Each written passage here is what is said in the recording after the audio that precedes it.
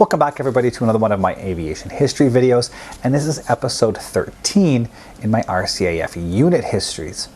Today we're going to be looking at 410 Squadron, and 410 Squadron is probably easily one of the most well-known of the modern RCAF units, and we're going to look into some in-depth on why that unit is so famous. But before we do that, my name is Sean and this is Sean's Aviation.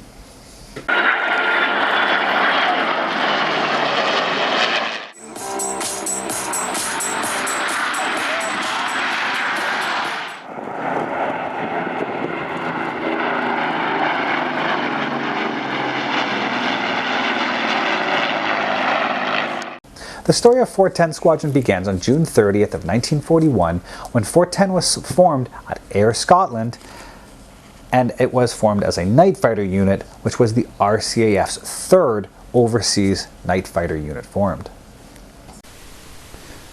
The unit was assigned the squadron code RA and received their first aircraft, Defiance, in July. It was assigned to 13 Group, and its first operational mission was flown on July 23rd, when a single Defiant was scrambled on a night readiness mission, which ended uneventfully. On August 6th, the unit moved to Drem, Scotland, and while here, converted to the Bullfighter Mark II in April of 1942, retiring the Defiance by May.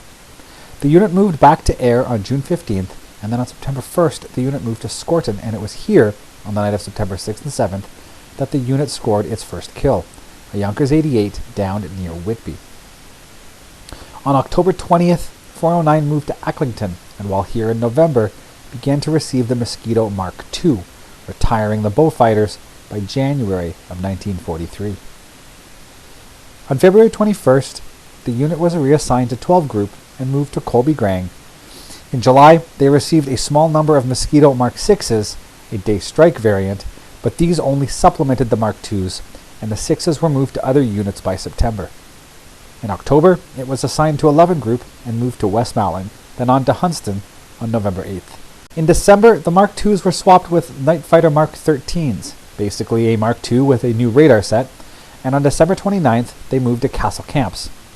While here, they were reassigned to the 2nd Tactical Air Force and began to prep for operations over the continent. The months just before and after D-Day, June 6, 1944, was a flurry of activity.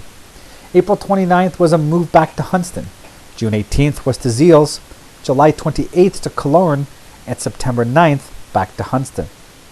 During all of this, in August of 1944, the unit swapped their Mark 13s for the formidable Mark 30, which had an even more powerful radar and engines designed for high-altitude performance. September 22nd brought the unit over to the continent, moving to B-48, Glisay, France. They then moved through a number of bases as the war continued. They were as follows: B-48, Glisay, France, as mentioned, on September 22nd. On November 3rd, B-51, Vaudeville, France.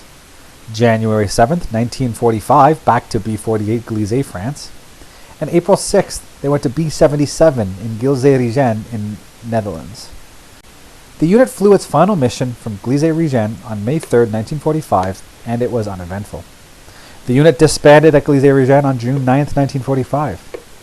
During the war, the unit flew 2,972 sorties, flying 7,157 operational hours. They were credited with 75.75 enemy aircraft destroyed, 2 probable, and 9 damaged. They suffered 17 aircraft lost, with 32 aircrew lost, 10 killed, 20 presumed killed, and 2 POWs. The post-war life of 410 began quite quickly when the unit was formed at Saint-Hubert, Quebec on December 1st, 1948 as a fighter unit flying the Vampire with the unit code AM. It was the first post-war regular force fighter unit to form and the first to fly the Vampire.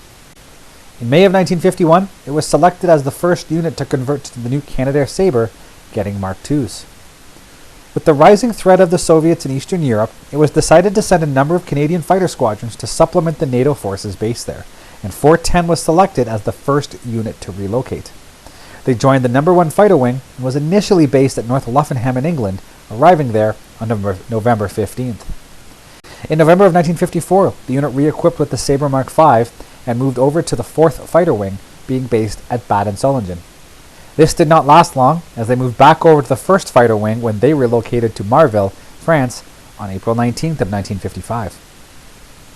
In 1956, it was decided that one unit from each fighter wing in Europe would re-equip with the all-weather CF-100, and when 445 Squadron arrived at Marville with their CF-100s in September of 1956, 410 was deactivated on October 1st.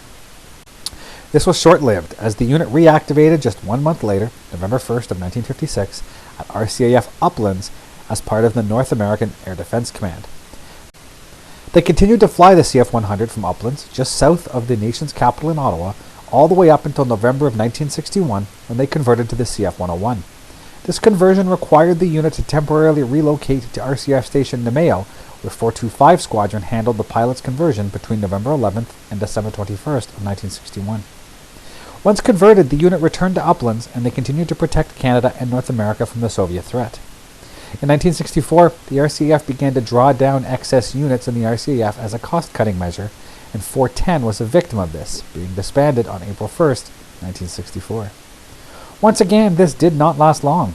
In 1968, just after the unification of the Canadian Forces, No. 3 OTU, Operational Training Unit, which was based in Bagotville, tasked with training new pilots and navigators on the CF-100 Voodoo, was renamed 410 Squadron, and they continued to be the main training unit for the CF-101. In 1982, with the acquisition of the CF-18, 410 relocated to CFB Cold Lake and became the sole OTU for this type, receiving the first 2 airframes delivered to the CAF on October 25th, 1982. The unit has been fulfilling this role ever since and to the present day. As part of the CF-18 training role, the unit fulfills a number of other missions, including training senior pilots in the Fighter Weapons Instructor course, allowing these pilots to then go home and train other pilots at their home unit, and provide the same training for electronic warfare systems. 410 is also tasked with helping to develop and test new equipment and techniques for the CF-18 in conjunction with AETE, the Aerospace Engineering and Testing Establishment, also based at Cold Lake. Now, at the time of this recording, the aircraft that's going to be selected as the CF-18's replacement has not been finalized yet. The F-35 is the preferred option, but again, there has been nothing firmly purchased. That being said, it's unknown whether 410 Squadron will continue as the RCAF's main training unit with whatever fighter is selected to replace the CF-18s. But either way, as the lead F-18 and F-101 fighter unit trainer since 1968, it has a good chance of moving on as the next fighter's OTU. And if it isn't, it still has a very long and distinguished history and will be training CF-18 pilots for the next number of years until that new fighter, whichever it is, starts to arrive in enough numbers to retire the CF-18. So on that note, thank you for watching. We'll see you all next time. Thank you for watching, guys, and as always, if you are interested in any of the content you see, you can access my website at www.seans-aviation.com. You can see all the latest pictures of aircraft and museums and the build logs of all of my current models and past models on that site. And if you're interested in any of this content, please click the subscribe button here on YouTube to follow more. Thank you very much, and see you guys next time.